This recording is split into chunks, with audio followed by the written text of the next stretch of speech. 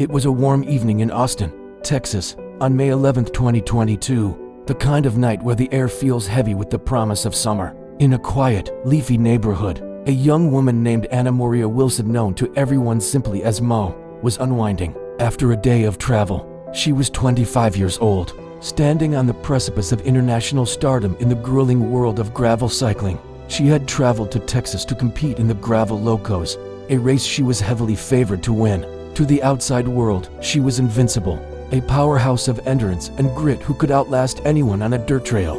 But inside the apartment where she was staying, the silence was about to be shattered by a sequence of events so sudden, so personal, and so irreversible that it would launch an international manhunt and leave the sports world reeling. In the span of a few minutes, a rising star was extinguished, not by an accident on the road, but by a calculated act of jealousy that had been festering in the shadows for months.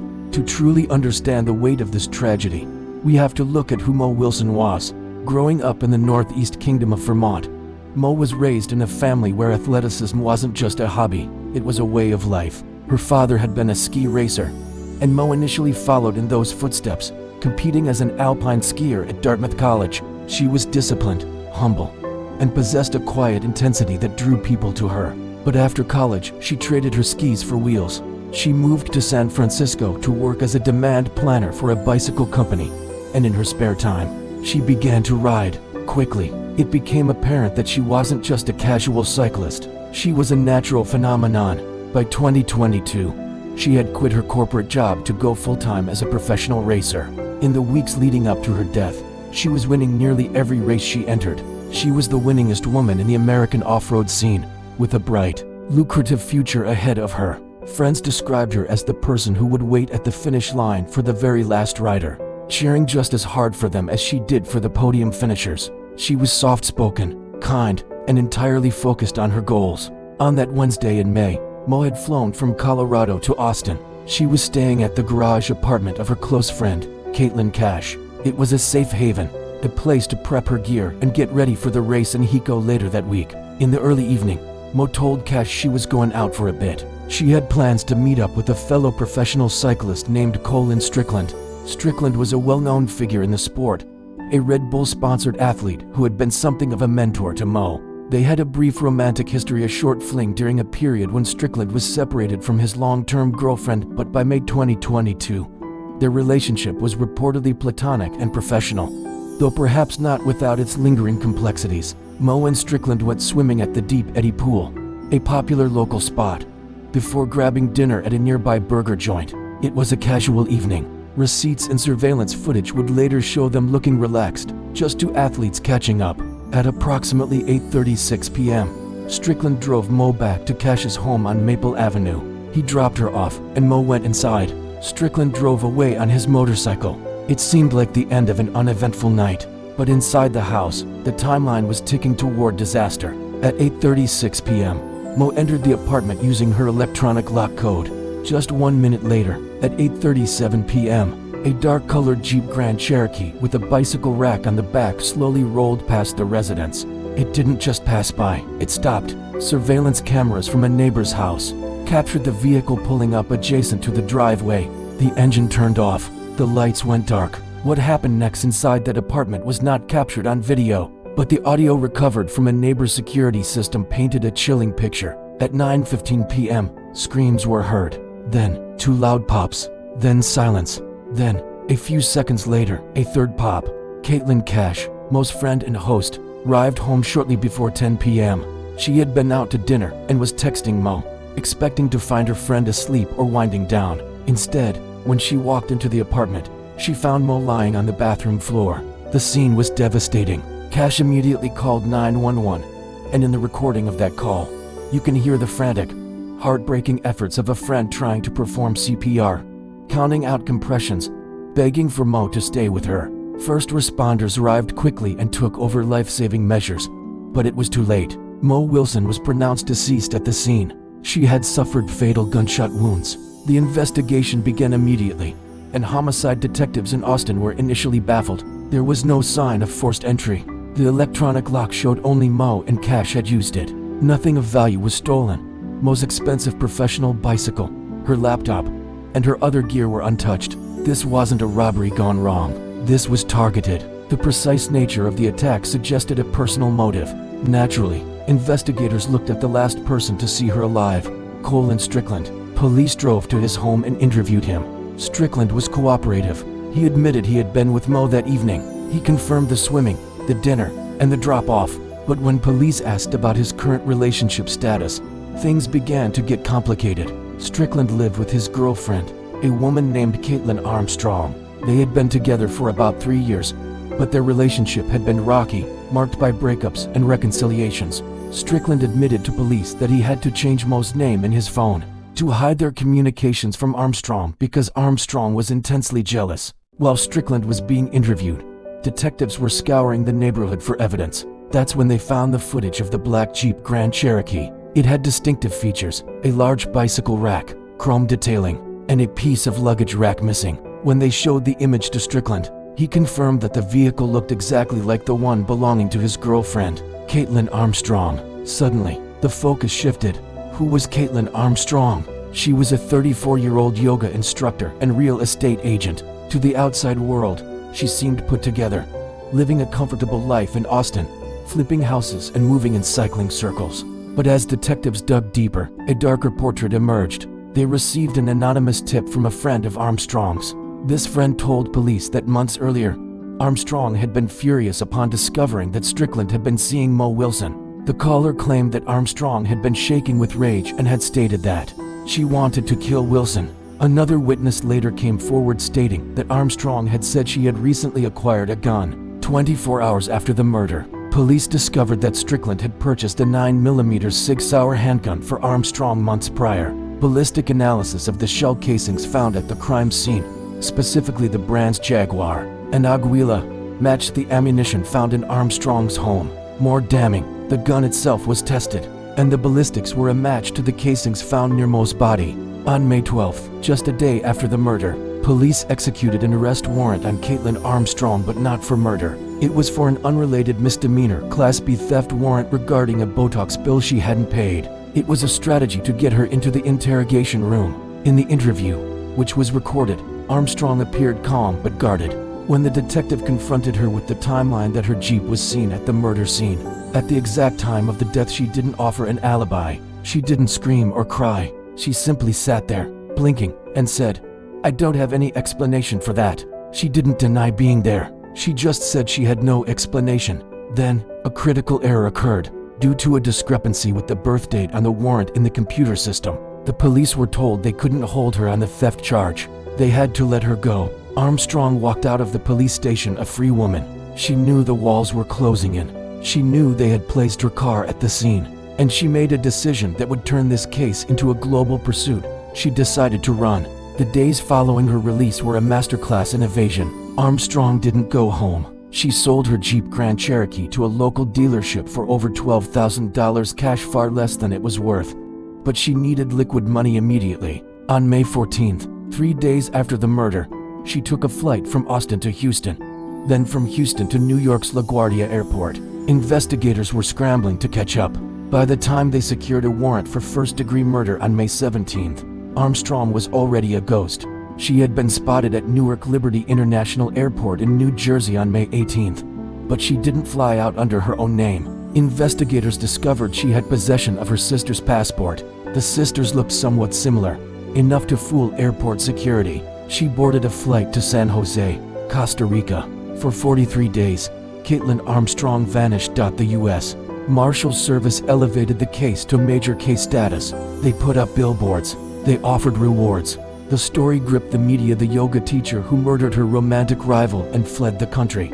But in Costa Rica, Armstrong was busy constructing a new life. She wasn't just hiding, she was transforming. She made her way to the small, laid-back beach town of Santa Teresa. It was a place known for its surf breaks, dirt roads, and a transient population of backpackers and yogis, the perfect place to blend in. She introduced herself as Ari. She told people she was recovering from trauma and looking for a fresh start. She started taking yoga classes and even began helping out at a local hostel. But she didn't stop at changing her name. Armstrong sought to change her face. She located a clinic in San Jose, Costa Rica, and paid over $6,000 cash for plastic surgery. She underwent a rhinoplasty to change the shape of her nose and had a brow lift and other adjustments to alter her hairline and eyes. She cut her distinctive long, reddish-brown hair to shoulder length and dyed it dark brown. She was erasing Caitlyn Armstrong, feature by feature. Back in the United States, the cycling community was mourning. Vigils were held for Mo Wilson. Her family spoke about her legacy, setting up a foundation to support young female athletes, trying to focus on the light she brought to the world rather than the darkness that took her out of it. But the question remained, where was justice? The break in the case didn't come from high-tech surveillance, but from good old-fashioned police work and a bit of luck. The U.S. Marshals had been analyzing flight patterns and tracking the passport usage. They narrowed their search to Costa Rica. They worked with local authorities to canvass the areas popular with expats. Eventually, they received information linking Ari to a hostel in Santa Teresa. On June 29, 2022, 43 days after Mo Wilson was killed, local police and U.S. Marshals descended on the hostel. They found a woman who looked like a slightly different version of Caitlyn Armstrong. She initially claimed to be Ari Martin and maintained her alias, but she couldn't produce the passport to back it up. When they searched her belongings, they found the passport belonging to her sister and a receipt for the plastic surgery she had just undergone. The hunt was over. Armstrong was deported from Costa Rica and flown back to Texas to face trial. But the drama wasn't quite finished. While in custody awaiting trial, months later in October 2023, Armstrong made one final, desperate attempt to escape. She had been taken to a medical appointment for a leg injury. As she was leaving the medical building, flanked by corrections officers, she suddenly bolted. Video footage captured her running across a parking lot, wearing her striped prison uniform, trying to scale a fence. She didn't make it. Officers tackled her, and she was brought back into custody, now facing an additional charge of attempted escape. This incident only served to solidify the prosecution's narrative. This was a woman who knew she was guilty and would do anything to avoid the consequences. The trial began in November 2023. It was highly anticipated, with Mo Wilson's family sitting in the front row every day, stoic and heartbroken. The prosecution laid out a case that was, in many ways, a digital and forensic puzzle. They didn't have a confession, and they didn't have an eyewitness to the shooting itself, but they had everything else. They presented the timeline of the Jeep circling the apartment. They played the audio of the gunshots. They showed the jury the text messages and data from fitness apps like Strava. It turned out Armstrong had been digitally stalking Mo Wilson for months. She used Strava, an app cyclists use to track their rides, to monitor Mo's location. She knew exactly when Mo was in town. She knew who she was with. It was a modern obsession fueled by technology. The prosecution also leaned heavily on the ballistics. The match between Armstrong's gun and the shell casings at the scene was definitive. They also found DNA evidence. There was a very small amount of DNA on Mo Wilson's bicycle, the bicycle that had been leaning against the wall near where she was killed. The defense tried to argue that this could be transferred DNA, perhaps from when Armstrong and Mo had met briefly in the past, or through Colin Strickland. The defense's strategy was to cast doubt on the investigation itself. They argued that the police had tunnel vision, focusing only on Armstrong because of the love triangle angle, and ignoring other potential suspects. They pointed out that no gun was ever found on Armstrong when she was arrested. She had left it in Texas, and no DNA from Mo was found in Armstrong's Jeep. They tried to paint Colin Strickland as an unreliable witness, highlighting his own deceit in the relationship. But the mountain of circumstantial evidence, the flight to Costa Rica, the plastic surgery, the use of the sister's passport, was overwhelming. Innocent people, the prosecution argued, do not sell their cars, flee the country, and surgically alter their faces. The jury deliberated for only 2 hours. On November 16, 2023, they returned with a verdict, guilty of first-degree murder. During the sentencing phase, the court heard emotional victim impact statements. Mo's mother, Karen Wilson, took the stand. She didn't scream or rage. She spoke with a quiet dignity that silenced the courtroom. She looked at Caitlyn Armstrong and said, "I just wanted to say that I forgive you." She explained that she refused to let anger consume her life the way it had consumed Armstrong's. It was a moment of profound grace in a room filled with tragedy. However, the legal system was not as forgiving. The jury sentenced Caitlyn Armstrong to 90 years in prison. With the additional sentencing for the escape attempt, she effectively received a life sentence. She will likely never walk free again. The case of Mo Wilson is a stark reminder of how fragile life can be. Mo was doing everything right. She was chasing her dreams. She was kind, she was talented, and she was minding her own business.